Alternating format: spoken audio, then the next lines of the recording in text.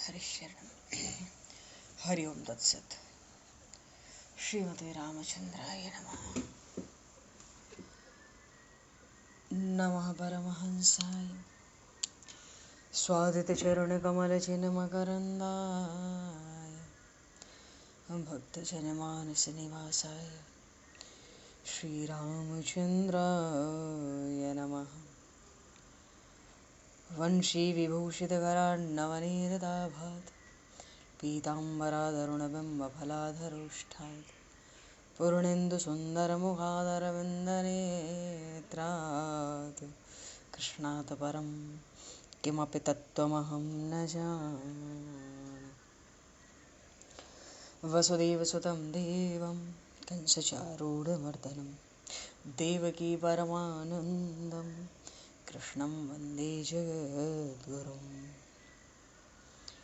गङ्गातरङ्गरमणीय जटाकलापं गौरीनिरन्तरविभूषत वामभागं नारायणप्रियं अनङ्गमदापहारं वाराणसीपुरपतं भज विश्वनाथं।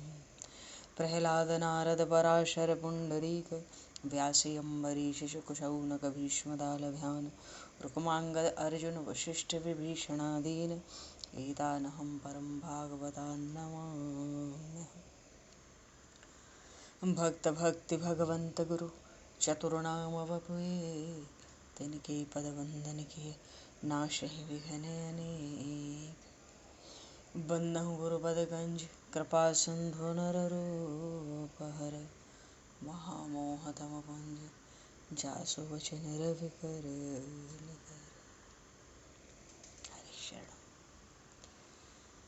गोविंद जय जय गोपाल जय जय गोविंद जय जय गोपाल जय जय राधारमण हरि गोविंद जय जय राधारमण हरि गोविंद जय जय।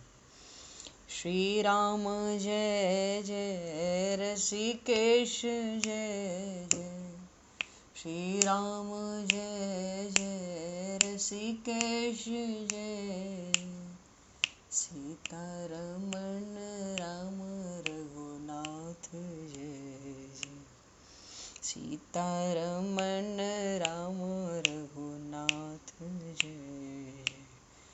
गोविंद जय जय गोपाल जय जय राधारमण हरि गोविंद जय जय।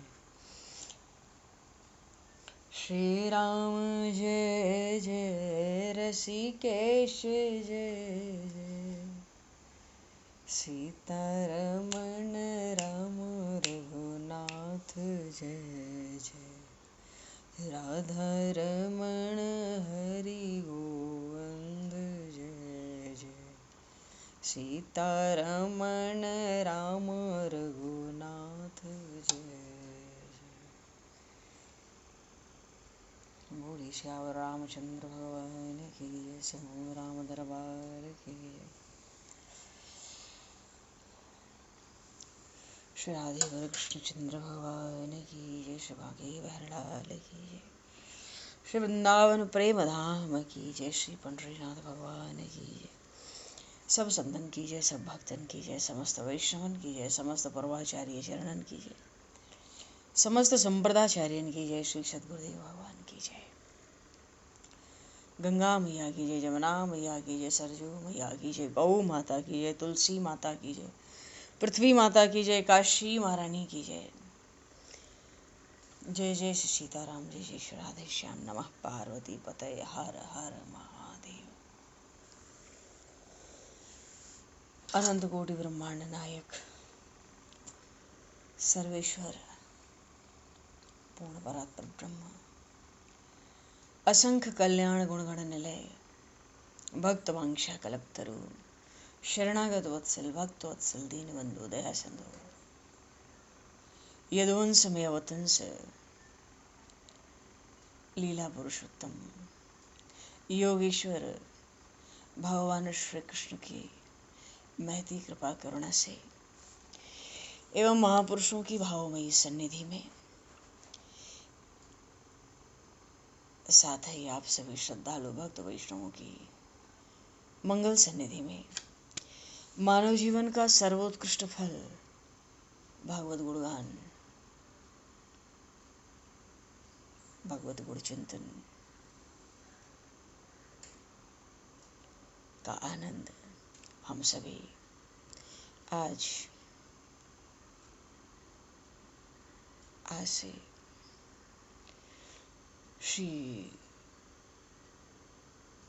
श्रीमद् भगवद गीता के चिंतन के माध्यम से प्राप्त करने जा रहे हैं। सर्वप्रथम आप सभी भक्तजनों के श्री चरणों में भगवत भाव से सादर वंदन, सादर नमन। आप सभी को यथा योग्य जय श्री राम, जय जय श्री राधे, हरि शरणम, जय श्री जय हो।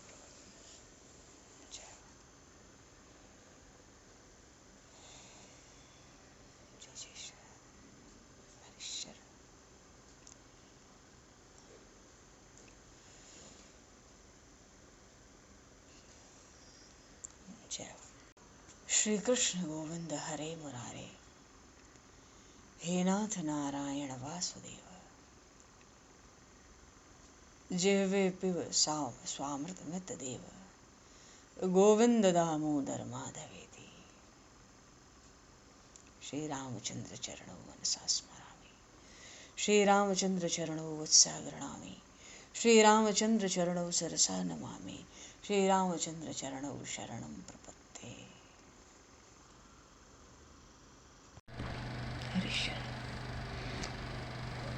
पूर्व प्रसंग में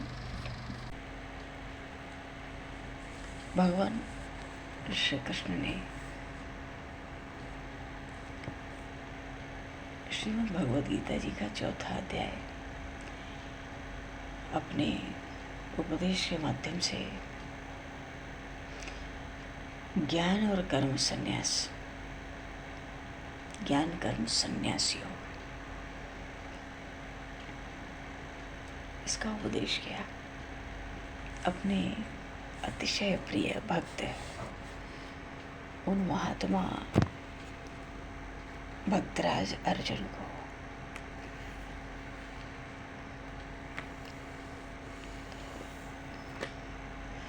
प्रभु ने तो अपनी वाणी में पहले ही कह दिया कि अच्छा, इस अध्याय में वस्तुतः वही स्वकर्म आचरण प्रभु ने बताए जिससे मोक्ष की प्राप्ति हो,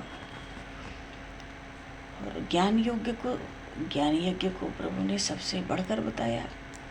ज्ञान की महिमा भी बताई, उसको पाने का उपाय भी, और फिर उसको प्राप्त करके उसकी फलश्रुति भी।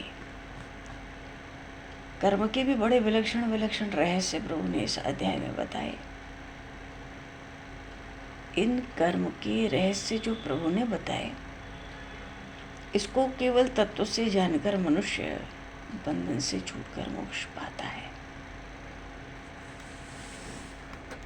तो प्रभु ने तो पूर्व प्रसंग में उन भक्त अर्जुन जी से कह दिया था कि देखो, मैं तुम्हें ये जो योग सुनाता हूँ, ये कोई आज सुनाता हूँ सो बात नहीं है। ये योग तो बड़ा पुरातन है, बड़ी प्राचीन परंपरा है इसकी। कहाँ तो मैंने कभी सूर्य को दिया तो सूर्य ने परंपरा चलाई अपने पुत्र मनु, वैवस्वत मनु को। मनु अपने पुत्र राजा इक्ष्वाकु को, आगे चलकर बड़े बड़े राजर्षियों को भी। पर बहुत समय से अब इसका लोप हो गया। मनु, इस योग का नाश ही हो गया। तुम तो भक्त हो और सखा भी तो हो, इसलिए हे अर्जुन,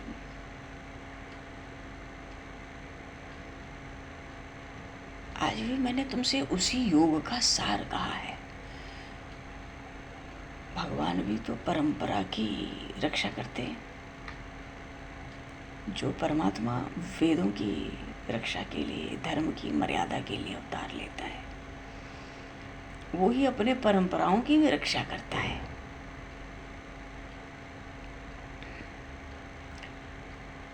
अर्जुन जी कहते हैं कब तो सूर्य पैदा हुए और आप हुए अभी, आप तो मेरे सामने खड़े हो। मैं कैसे समझूं कि आपने ये योग जो मुझे सुनाया उपदेश में कभी सूर्य को सुनाया।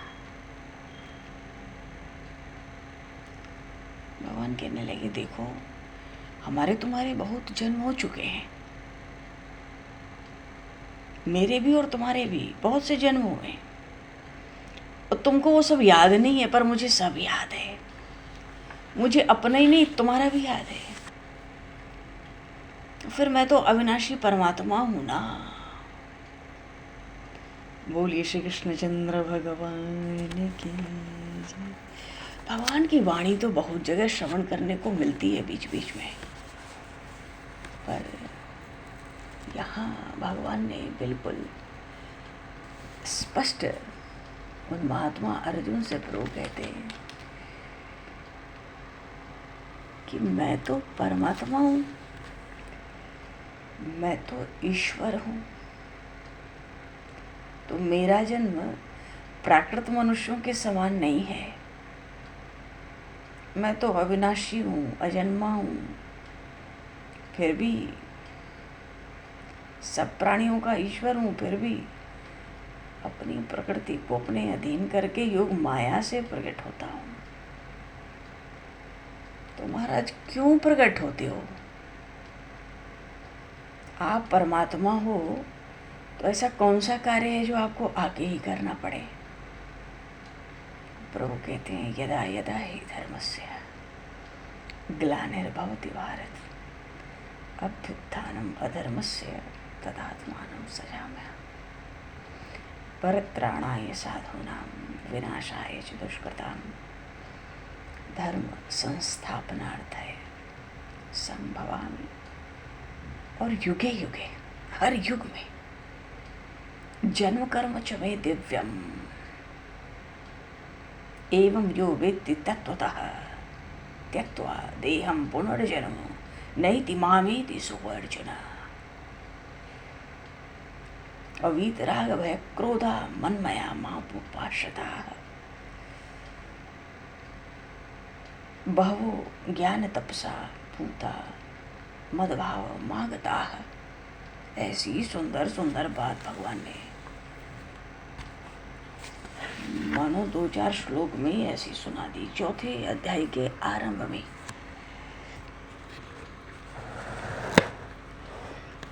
अच्छा, अर्जुन जी ने जब पूछा प्रभु से, प्रभु ने कहा मैंने तो सूर्य को सुनाया था सृष्टि के आरंभ में, यही योग सुनाया था, तुम्हें कोई नया ज्ञान आज बनाकर नहीं सुनाता हूँ। मेरा दिया हुआ योग है तो इसके परंपरा की रक्षा भी तो आवश्यक है। तो अर्जुन जी ने कहा था ना अपरम भवतो जन्म परम जन्म विवस्वता।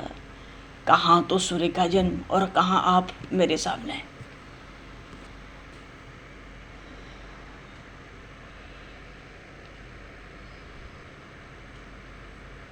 लेकिन इन महात्मा अर्जुन का भगवान में बड़ा वात्सल्य है ना।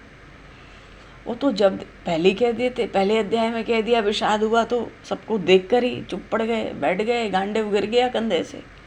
तभी कह दिया था नाथ मैं आपके शरणागत हूँ, मैं आपका शिष्य हूँ, जो उचित हो वो शिक्षा दीजिए।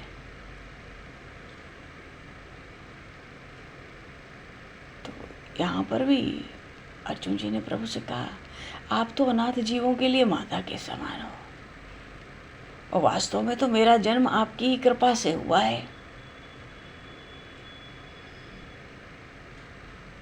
जैसे कोई स्त्री किसी पुत्र को जन्म दे और वो पुत्र पंगु हो, शरीर से लाचार हो, तो माता जीवन भर उसकी सब परेशानियों को झेलती रहती है। वैसे ही मेरे लिए आपको सब झंझटें सहनी पड़ती है।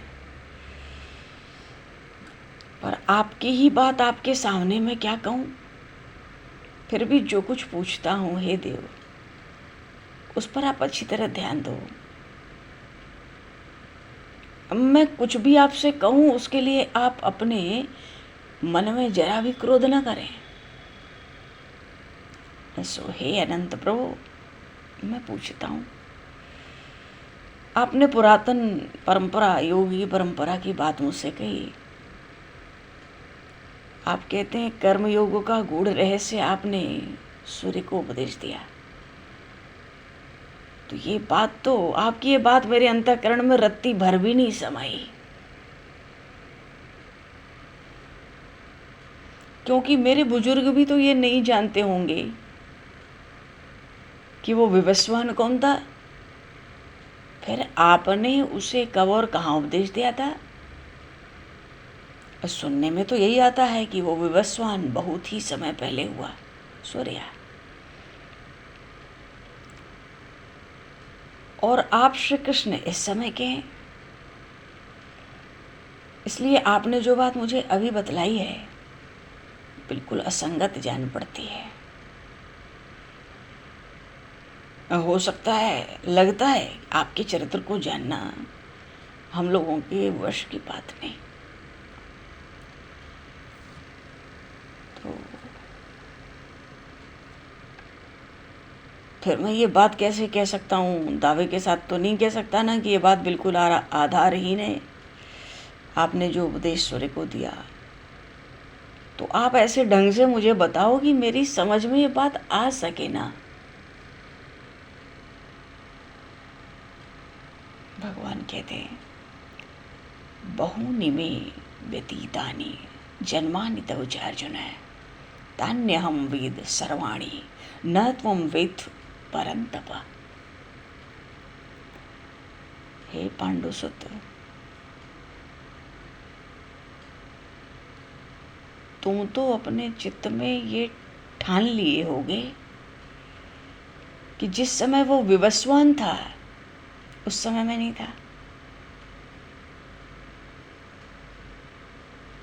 पर इससे तो यही बात साबित होती है ना कि तुम अपनी सब बातों से सर्वथा अनजान हो। देखो, तुम्हारे हमारे अनेक जन्म हो चुके, पर तुम्हें अपने उन जन्मों का स्मरण ही नहीं। पर हे धनुर्धर, मुझे ये सब बात भली भांति याद है। मुझे याद है कि मैंने किस किस समय में और कौन कौन से अवतार धारण किए।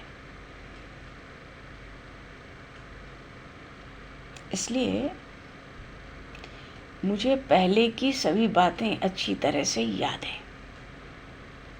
देखो, वैसे तो मैं अजन्मा हूं, और फिर भी माया के कारण जन्म धारण करता हूं। मैं जन्म तो लेता हूं, पर इससे मेरा जो मूल निराकार निष्क्रिय तत्व है, अमूर्त तत्व है, वो भंग नहीं होता। मेरे अवतार लेने पर भी मेरा स्वरूप मानो वही रहता है। हाँ, एक बात अवश्य होती है, माया के कारण मेरे आत्म स्वरूप में ऐसा मालूम पड़ता है कि मैं अवतार लेता हूं और फिर अपने धाम को चला जाता हूं। मेरी स्वतंत्रता में लेश मात्र भी कमी नहीं आती अवतार लेने पर, क्योंकि देखो, सामान्य जीव तो जन्म लेता है तो माया के वश ही रहता है, वशीभूत ही रहता है जन्म से मरण तक। तो भगवान तो सगुण रूप से अवतार लेते हैं, ये तो माया विशिष्ट ब्रह्म होते हैं।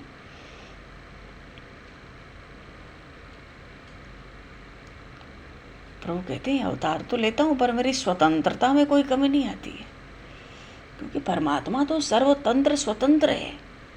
जीव सदा से ही परतंत्र रहता आया है। इसलिए भगवान कहते हैं, अवतार लेने के साथ मैं जो भी कर्म करता हूं, कर्मों के वश में दिखाई पड़ता हूं, वो भी केवल एक भ्रम है।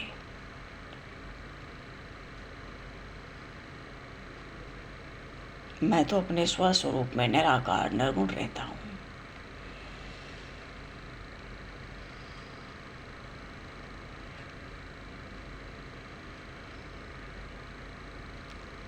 जैसे दर्पण है, तो दर्पण के भीतर तो प्रतिबिंब ही दिखलाई पड़ता है हमारा। वास्तविक दृष्टि से देखा जाए तो क्या दर्पण में दिखने वाला वो प्रतिबिंब, क्या वो दूसरी सच्ची वस्तु है? वो तो अलग है। प्रभु कहते मैं तो स्वयं तो मैं निराकार हूं, पर मैं माया का सहारा लेता हूं। तब कुछ कर्मों के निमित्त शरीर धारण करता हूं। मानो साकार निराकार होकर भी, निष्क्रिय अविनाशी परमात्मा होकर भी साकार होकर आचरण करता हूं। इसमें एक बड़ी खास बात है। भगवान जो अवतार लेते हैं, भगवान हैं तो अजन्मा, फिर जन्म कैसे ले लेते हैं?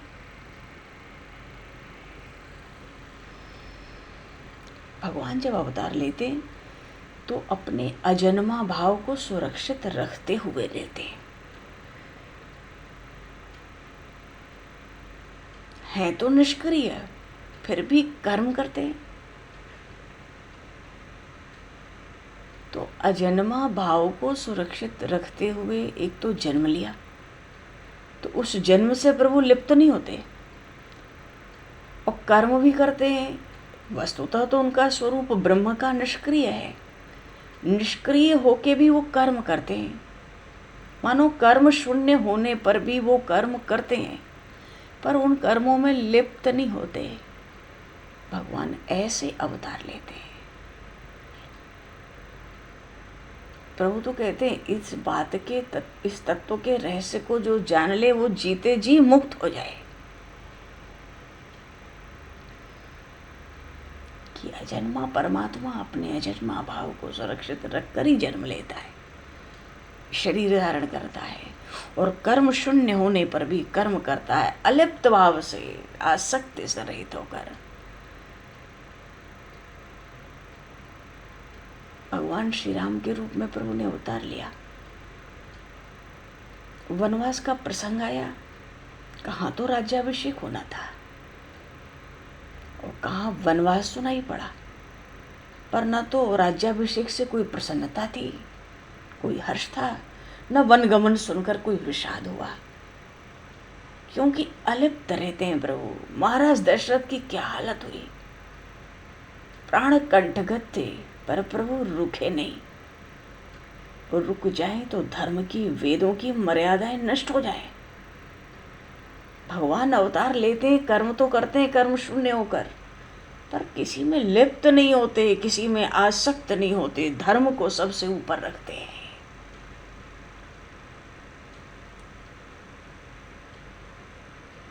अच्छा, प्रेम तो हृदय में रखने की चीज है। भरत जी आए चित्रकूट, क्या स्थिति थी? गहबर ही कह कौशला मुँह ही भरत कर सोच। माता सुनैना से महारानी कौशल्या ने कहा ये भरत चला जाता वन में तो बढ़िया था, मुझे भरत को लेके बड़ी सोच है। मानो भयभीत हो रही हैं, भरत को लेके अयोध्या नहीं जाऊंगी, अब मैं नहीं जाना चाहती। सूर्यवंश का सूर्य तो पहले ही अस्त हो चुका है चक्रवर्ती महाराज के रूप में, और सूर्यवंश की जो रघुकुल की मणि है वो तो वन में आए श्री राम। अब रघुकुल का ये दीपक इतने विरह में अवध में रहेगा, हमें अच्छा लगता नहीं है। मानो ऐसा लगता है माता कौशल्या को न जाने कब कोई अनहोनी हो जाए, इसको वन में भेज दो। ये वन में चला जाए राम के साथ तो ठीक रहे, लक्ष्मण लौट चले अयोध्या, ऐसा माता कौशल्या चाहती थी। भरत जी के प्रेम को, उनके विरह को देखकर कहती थी ये मेरे कुल का, रघुकुल का दीपक है।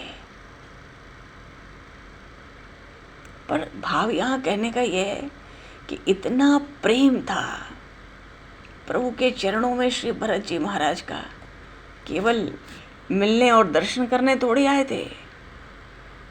9 लाख सेना साथ में थी, 1 लाख घोड़े थे, 60,000 रथ थे, वहीं पे राज्याभिषेक करेंगे वन में और फिर लौटा के ले आएंगे। पर प्रभु नहीं लौटे ना, क्योंकि प्रेम का स्थान तो हृदय का है। भरत जी को हृदय में रख लिया, उनकी भावनाओं को प्रभु ने हृदय में रख लिया। पर कर्म शून्य होके भी कर्म करते हैं। हर अवतार का एक प्रयोजन होता है, परमात्मा को भी उसको पूर्ण करना होता है, क्योंकि उसी के निमित्त वो अवतार धारण करता है। पर लिप्त नहीं होते प्रभु, कहीं आसक्त नहीं होते। तो अजन्मा भाव सुरक्षित रखते हुए, कर्म शून्य होते हुए, कर्मों को अनासक्त भाव से प्रतिपादित करते हुए प्रभु धर्म की स्थापना करते हैं। भगवान श्री कृष्ण ने यहाँ 4 अध्याय में कहा कि इस रहस्य को जो जान ले वो जीते जी मुक्त है। ये तत्व अगर कहते ना ईश्वर अंश जीव अविनाशी, जीव तो परमात्मा का अंश है, तो अगर जीव परमात्मा का ही अंश है तो ये भी परमात्मा की तरह व्यवहार करे ना। मनुष्य भी कर्म करे पर कर्म में आसक्त ना हो। यही तो प्रभु चाहते हैं। यही तो प्रभु उन महात्मा अर्जुन को निष्काम कर्म योग में इसी की शिक्षा दे रहे कि भाई मैं भी तो निष्क्रिय हूँ, कर्म शून्य होकर कर्म करता हूँ, उसमें लिप्त नहीं हो जाता, घुस नहीं जाता, उसके सुख दुख को अपना समझ के गले नहीं लगाता, कर्तापन का भाव नहीं रखता। तो तुम मेरे अंश हो, तुम भी ऐसे ही कर्म करो। कर्म तो करो पर आसक्त मत हो।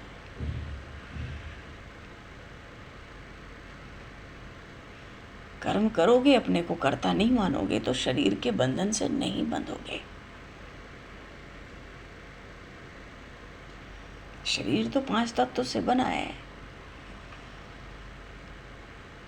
और जिसने इस भगवान कहते हैं जो इस तत्व का रहस्य जान लेता है कि भाई कर्म करना है पर लिप्त नहीं होना है, और भगवान तो अजन्मा भाव सुरक्षित रखकर जन्म लेते हैं। तो ऐसे जो मनुष्य हैं ये कैसे मुक्त हो जाते हैं? भगवान कहते हैं जहाँ इनका शरीर पूरा हुआ, जो इस रहस्य को जानते हैं, उनका शरीर जैसे ही पूरा हुआ 5 तत्वों में मिल जाते हैं, और 5 तत्वों में मिलते ही भगवान के स्वरूप में मिल जाते हैं। वो जहाँ 5 तत्व अपना अपना अंश ले गए, वो जीव भगवान के स्वरूप में मिल जाता है। केवल इतनी बात को समझकर जानकर भगवान के अवतार का रहस्य, स्वयं तो प्रभु निराकार है, योग माया को अपने अधीन करके, प्रकृति को अपनी माया का सहारा लेने का अर्थ है अपनी प्रकृति को अपने अधीन करके कर्मों के निमित्त शरीर धारण करते हैं और साकार होकर आचरण करते हैं।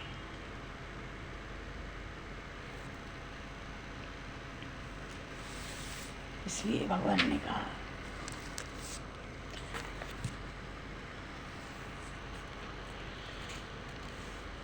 मेरा जो जन्म है प्राकृत मनुष्यों जैसा नहीं है, अविनाशी रूप हूँ, अजन्मा होकर भी, सब प्राणियों का ईश्वर होने पर भी अपनी प्रकृति को अपने अधीन करके योग माया से प्रकट होता हूँ।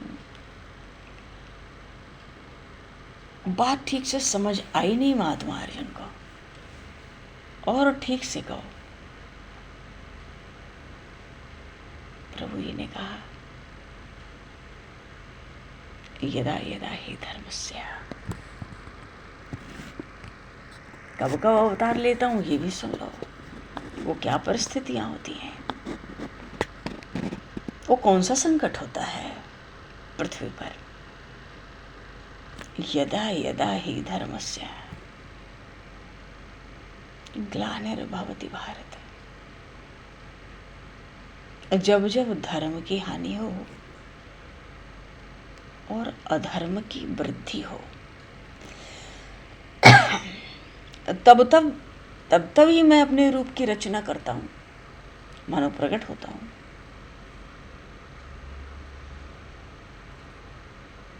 तो प्रभु प्रकट होते हो तो केवल धर्म की हानि और अधर्म की वृद्धि को देखकर ही कि कुछ और भी बात है। परित्राणाय साधूनां विनाशाय च दुष्कृताम्। धर्म संस्थापनार्थाय संभवामि युगे युगे।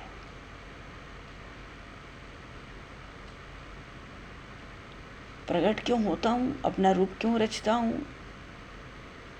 रचता तो तब हूं जब धर्म की हानि होती है और अधर्म की वृद्धि। अपना रूप रच लेता हूं।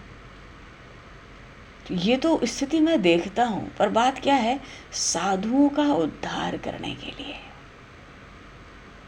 जो दूषित कर्म करने वाले हैं उनका नाश करने के लिए, काम्य कर्म जिनको कहते हैं,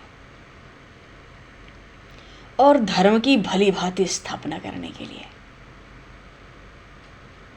मैं युग युग में अवतार लेता हूं।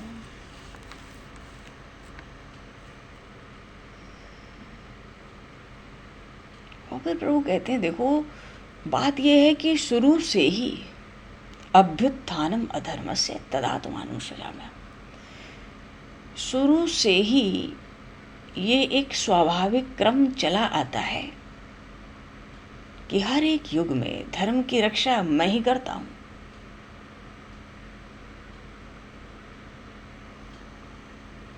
इसलिए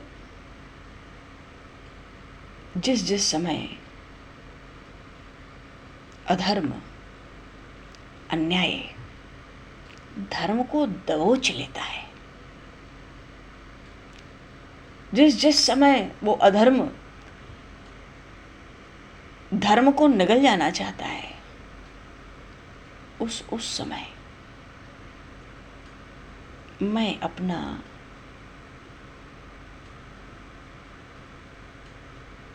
जन्म से रहित तत्व एक तरफ कर देता हूं, एक तरफ रख देता हूं, और अपने अमूर्त तत्व को भी भुला बैठता हूं, क्योंकि प्रभु तो अजन्मा है, निष्क्रिय है। अब जो अजन्मा है वो आवे कैसे, जन्म कैसे ले? जो निष्क्रिय कर्म शून्य है, अवतार लेके वो धर्म के स्थापना के कर्म करे कैसे? भगवान कहते हैं, इसलिए जो मेरा अजन्मा तत्व है ना, मैं तो उसको भुला देता हूँ, मानो उस भाव को एक तरफ सुरक्षित रख देता हूँ, और जो अमूर्त तत्व है उसको भी भुला देता हूँ, क्योंकि रूप धारण करना है, मूर्त रूप से प्रकट होना है, उसको भी भुला देता हूँ, एक तरफ कर देता हूँ। और फिर जब आता हूँ तो परित्राणाय साधूनां, उस समय मैं जब आता हूँ तो उस समय मैं धर्म का पक्ष लेकर साकार रूप से अवतार लेता हूँ। बोली शिव भक्त वत्सल भगवान की जय। और फिर प्रभु जब आते हैं, अज्ञान के अंधेरे का नाश कर डालते हैं। अधर्म की सत्ता को प्रभु कहते हैं, मैं उखाड़ कर फेंक देता हूं। अर्जुन, दोषों का तो नामो निशान तक मिटा देता हूं। तो अवतार के कितने उद्देश्य प्रभु बता रहे हैं, देखो। एक तो कहा, मैं धर्म का पक्ष लेके साकार रूप से अवतार लेता हूं, क्योंकि साकार रहूंगा तभी तो कर्मों का प्रतिपादन होगा, अलिप्त भाव से, अनासक्त भाव से। दूसरे, अज्ञान का जो अंधकार है उसका विनाश कर डालता हूँ। जब ज्ञान अखंड एक सीतावर, परमात्मा तो सहज ज्ञान स्वरूप है। जब ज्ञान स्वरूप परमात्मा का प्रकाश आलोकित तो हो जाएगा जिस काल में, फिर अज्ञान का अंधकार तो सहज ही नष्ट हो जाए। और फिर अधर्म की सत्ता, जब अज्ञान का ही नाश हो जाए तो अधर्म की सत्ता कितनी देर? अधर्म की सत्ता भगवान उखाड़ कर फेंक देते हैं। फिर जो दुर्गुण है, जो दोष है, जो दूषित कर्म है, सबका नामो निशान मिट जाता है, फिर मिटा देता हूं। और जो साधु संत हैं, भक्त हैं, शुद्ध अंतःकरण वाले विशुद्ध जीव हैं, उनके हाथों से सुख की पताका फहरवाता हूं। मानो सुख आनंद का झंडा उनके हाथ में देता हूं, तुम लहराओ इसको। ये परमात्मा का अवतार काल है। और दैत्यों के कुलों का भी विनाश कर देता हूँ। साधु ब्राह्मणों की मान मर्यादा बढ़ा देता हूँ।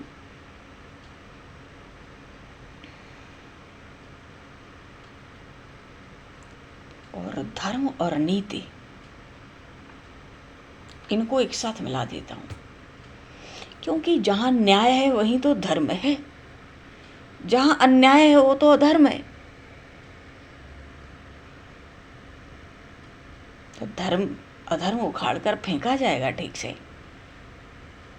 तो धर्म और न्याय एक साथ बढ़िया से मिलेंगे, तब न धर्म अपनी मजबूती से स्थापित होगा। जो अविवेक की कालिख रहती है उस समय तक लोगों में, उस कालिमा को भी नष्ट कर देता हूँ। विवेक का दीपक जला देता हूँ। तो जितने योगी जन होते हैं, जब विवेक का दीपक जल जाता है प्रभु के अवतार काल में, तो जितने योगी जन हैं, योगी जनों के लिए परमात्मा के अवतार का वो काल तो दीपोत्सव के समान हो जाता है।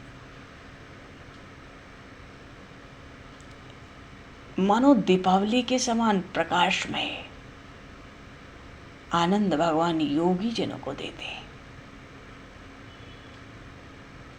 भगवान का जब अवतार काल होता है उस समय सारा संसार आत्म सुख से सराबोर हो जाता है। और फिर क्या पूछना है, संसार में चारों ओर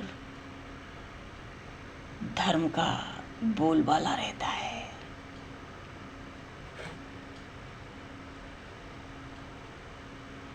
और जो भक्तजन हैं, प्रभु के प्रेमी जन, रसिक जन हैं,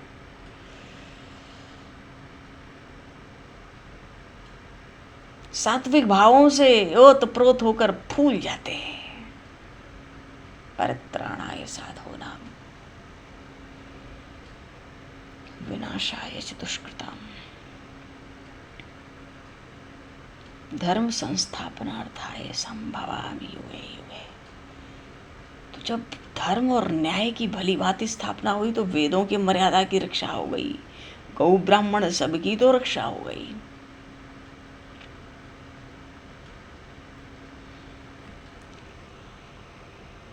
भगवान कहते हैं, हे पांडुपुत्र अर्जुन, जब मैं साकार होकर अवतार लेता हूं ना, तो पापों के पहाड़ विनष्ट कर देता हूं। नष्ट नहीं करता हूं, विनष्ट कर देता हूं। मन उन पापों के पहाड़ों की जड़ ही उखड़ जाती होगी, केवल पापों का नाश नहीं होता होगा। जब पापों के पहाड़ विनष्ट हो जाते हैं तो फिर तो पुण्य का सवेरा होता होगा। हाँ, पुण्य का सवेरा हो जाता है, पापों के पहाड़ विनष्ट हो जाते हैं। और तुम संक्षेप में समझो कि ऐसे ही कार्यों के लिए मैं हर युग में अवतार धारण करता हूं। ऐसे ही कार्यों के लिए। और जो मनुष्य इस तत्व को पहचान जाए, इस संसार में उसी को विवेकशील जानना चाहिए। उसी के पास विवेक है, उसी के पास ज्ञान है।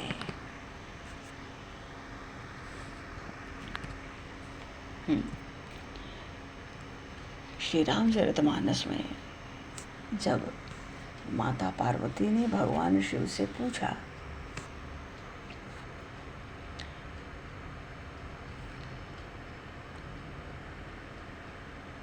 कि वो ब्रह्म चिन्मय है, अविनाशी है, सबके हृदय में निरंतर वासी है, तो नाथ धरेउ नरतन के ही हेतु, मोहि समझाए कहु वृष केतु। भगवान शिव से माँ पार्वती ने कहा, जो ऐसा ब्रह्म का स्वरूप है वो नर शरीर क्यों धारण करता है? तो वहां भगवान शिव ने कहा था, जब जब हुई धर्म के हानि, बाढ़हि असुर अधम अभिमानी, करहि अनीति जाय नहीं बरनी, सीदहि विप्रधेनु सुर धरनी। और तब तब प्रभु धरि विविध शरीरा, हरहि कृपा निधि सज्जन पीरा। असुर मार थापहि सुरन, राखहि निज श्रुति सेतु, जग विस्तारहि बिसद जस राम जन्म कर हेतु। और फिर सोई जस गाय भगत भव तरहि, कृपा सिंधु जनहित तनु धरहि।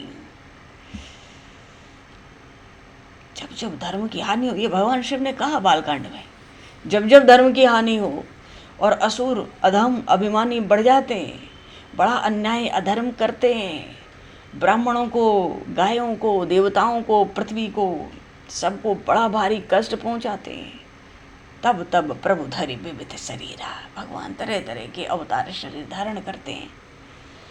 और अवतार शरीर धारण करके करहि कृपा निधि सज्जन, हरहि कृपा निधि सज्जन पीरा। परित्राणाय साधूनाम आए ना, हरहि कृपा निधि सज्जन पीरा। इन साधु संत महात्माओं साधुओं के सब पीड़ाओं का, पृथ्वी के हर कष्ट का हरण कर लेते हैं। कैसे करते हैं? असुर मारे, असुरों को, दैत्यों को, राक्षसों को तो मार डालते हैं।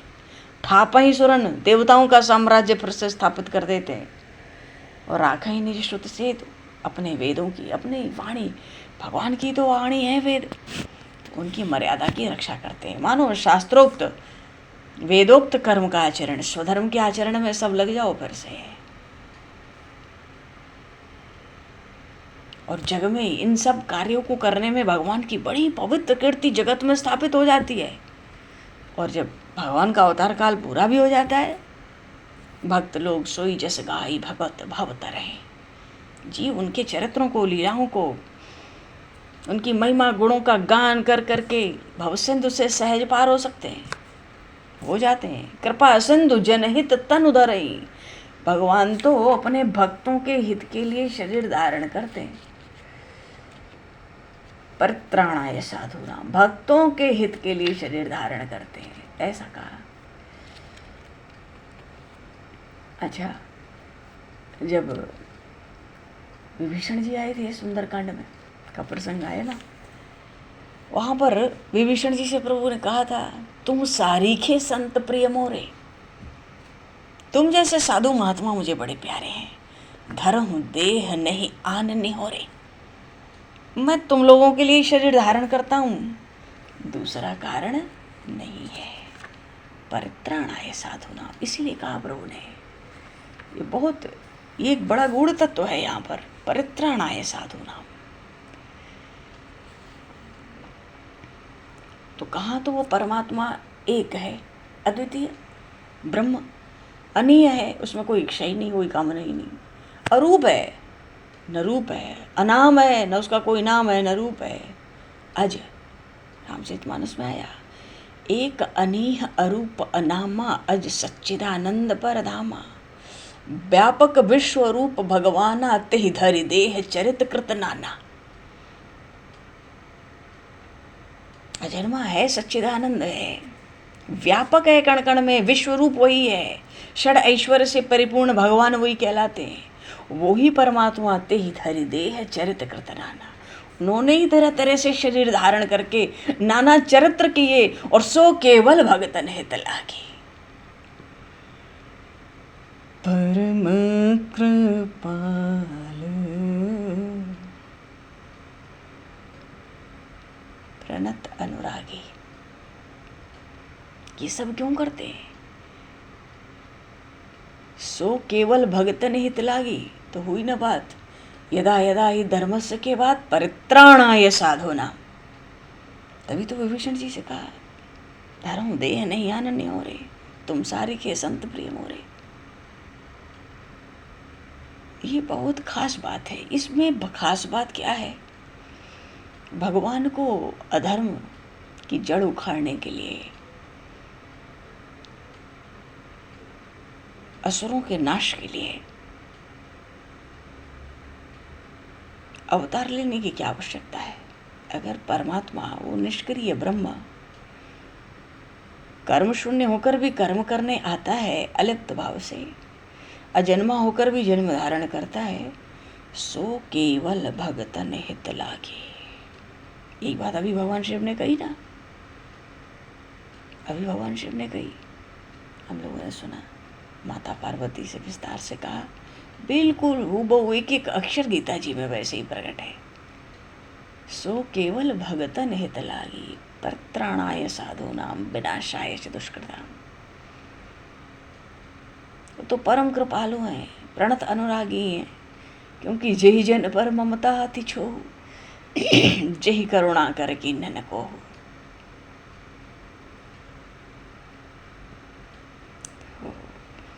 ऐसे भगवान के अवतार का, अवतार के बड़े गूढ़ रहस्य हैं।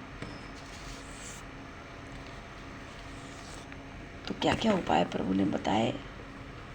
एक तो धर्म का पक्ष लेकर साकार होकर अवतार लेता हूँ, आता हूँ तो अज्ञान के अंधकार का नाश कर डालता हूँ, आता हूँ तो अधर्म की सत्ता उखाड़ फेंकता हूँ, आता हूँ तो दोषों का नामो निशान, दूषित कर्मों का नामो निशान मिटा देता हूँ, आता हूँ तो साधु जनों के हाथ में, भक्तों के हाथ में सुख की पताका दे देता हूँ। मानो सब सुख उन्हीं को दे देता हूँ, सब आनंद उन्हीं को दे देता हूँ। एक बार महाराज वसुदेव अपने कुलगुरु गर्गाचार्य जी महाराज से पूछे,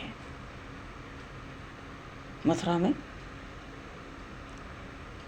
भगवान तो ब्रज में लीलाएं कर रहे थे, लीला चरित्र कर रहे थे। जैसे महर्षि वशिष्ठ कुलगुरु यहाँ है, वहाँ विष्णुवंशियों के वसुदेव जी महाराज के कुलगुरु थे मथुरा में महर्षि गर्गाचार्य। तो थोड़ा कंस से नज़र बचा के गुप्त रूप से पहुँचे महर्षि गर्गाचार्य के पास, और वहाँ जाके उन महात्मा वसुदेव ने पूछा, गुरुदेव वो कृष्ण मथुरा आकर कंस का नाश क्यों नहीं करते? आप सभी कहते हैं वो परमात्मा है, तो जब उन्होंने जन्म ले लिया और कंस के सब राक्षस वहीं मार डाले, ये बात तो कंस को भी पता पड़ गई है, अच्छे से पता पड़ गई है। एक से एक राक्षस थे, अघासुर को देख के देवता कोई टिकते नहीं थे, प्राण लेकर भागते थे। वो पूतना में कंबल था। अरे तो मनो महात्मा वसुदेव कह रहे हैं, वो कृष्ण वहीं पे सब दैत्यों को मार डालता है, वो यहां आकर कंस को कब मारेंगे वो परमात्मा? तो गर्गाचार्य जी महाराज ने थोड़ा ध्यान लगाया और उन महात्मा वसुदेव से कहा,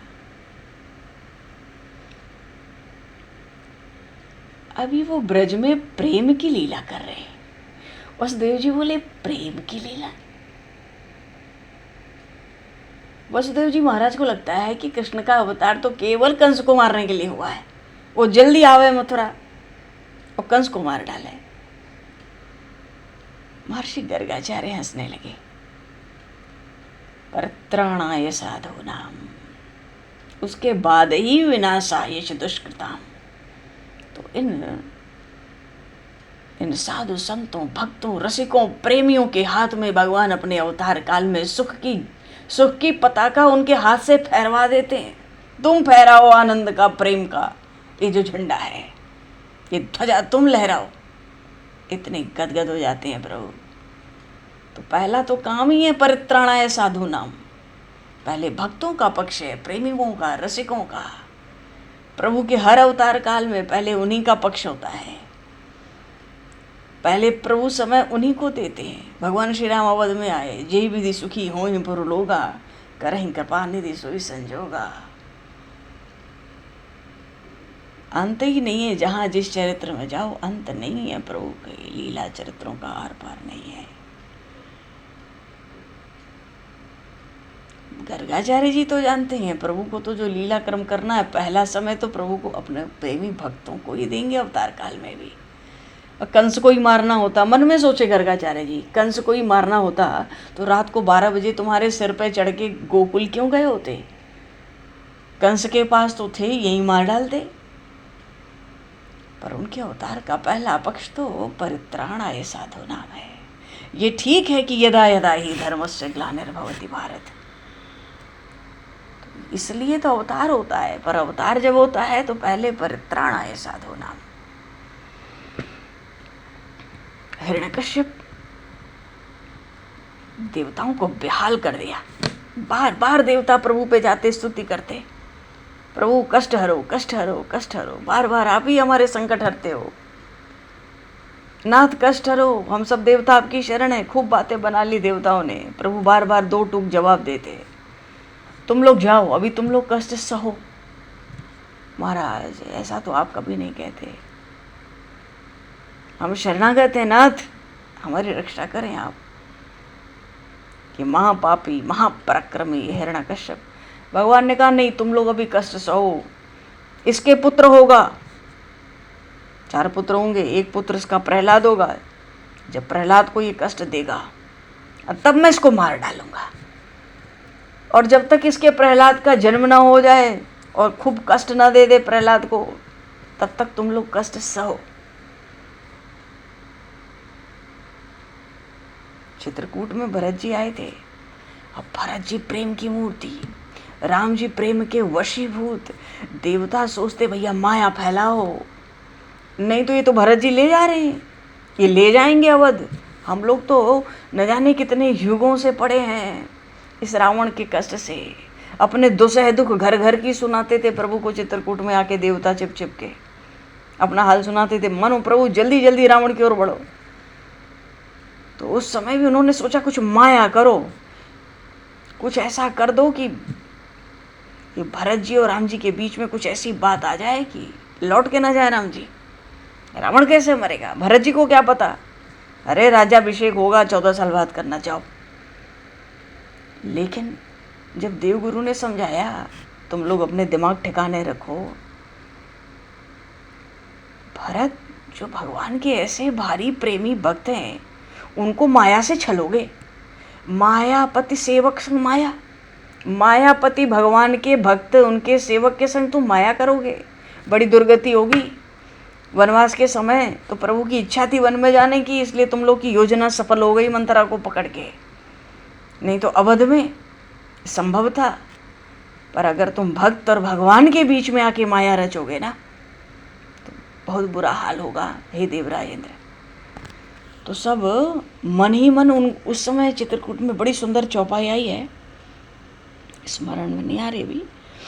तब नरहरि प्रकट किए प्रहलादा, कुछ ऐसे चौपाई है। उन देवताओं ने मन में सोचा कि हाँ इतना कष्ट था हम पे हमारे कष्टों को प्रभु ने दूर नहीं किया।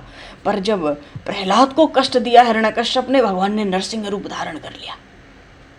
तो अगर हम लोग भरत जी के संग माया करना चाहेंगे तो उल्टा पड़ेगा, पूरा नहीं पड़ेगा इस बार। वनगमन के संग में भले हम लोग सफल हो गए, अब अगर भरत जी के संग कुछ करेंगे तो उल्टा पड़ेगा। क्योंकि जे अपराध भगत कर करहि, राम रोष पावक सो जरहि। डर गए देवता इस बात को याद करके। एक तो वो भी बात याद आ गई, वो भी चौपाई वहां पे है चित्रकूट में, महर्षि दुर्वासा की। अम्बरीश जी महाराज के पास गए थे, सुदर्शन चक्र जलाता फिरा, और फिर प्रहलाद जी की बात याद आ गई। तो सबने मन ही मन भरत जी की शरण ले ली। भगवान तो भक्त का पक्ष करते हैं, भरत जी की शरण लो, भक्त की शरण में चलो, भगवान प्रसन्न हो जाएंगे। और यही हुआ। जैसे ही सब भरत जी की शरण में मन ही मन आए, प्रभु हंस गए, प्रसन्न हुए, प्रभु हंस गए। तो कहने का भाव है भगवान का अवतार भी होता है। जब तक भक्तों पे खूब ना बने आए, कहाँ प्रभु इन राक्षसों को जो सृष्टि संकल्प मात्र से सृष्टि की रचना करते हैं, प्रलय करते हैं। मुस्कन जिन ब्रह्मांड बन भ्रिकुटि बिलास न साहे। ऐसे भगवान क्या इन दैत्यों को, राक्षसों को मारने के लिए रूप धारण करेंगे?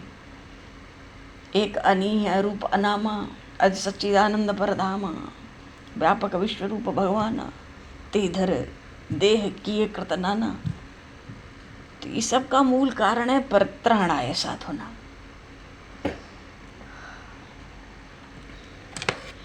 बोलिए श्री भक्त वत्सल भगवान की जय। श्री भक्त राज अर्जुन जी महाराज की जय। श्रीमद् भगवद गीता जी की जय। भगवत समय को दृष्टिगत करते हुए तो पल आप नाम बोलना, हम वाणी को विराम करते हैं। वाक्य पुष्पांजलि प्रभु जी के श्री चरणों में सादर समर्पित। आप सभी को भी यथा योगी जय श्री राम, जय जय श्री राधे हरिश्चंद्र। गोविंद जय जय, गोपाल जय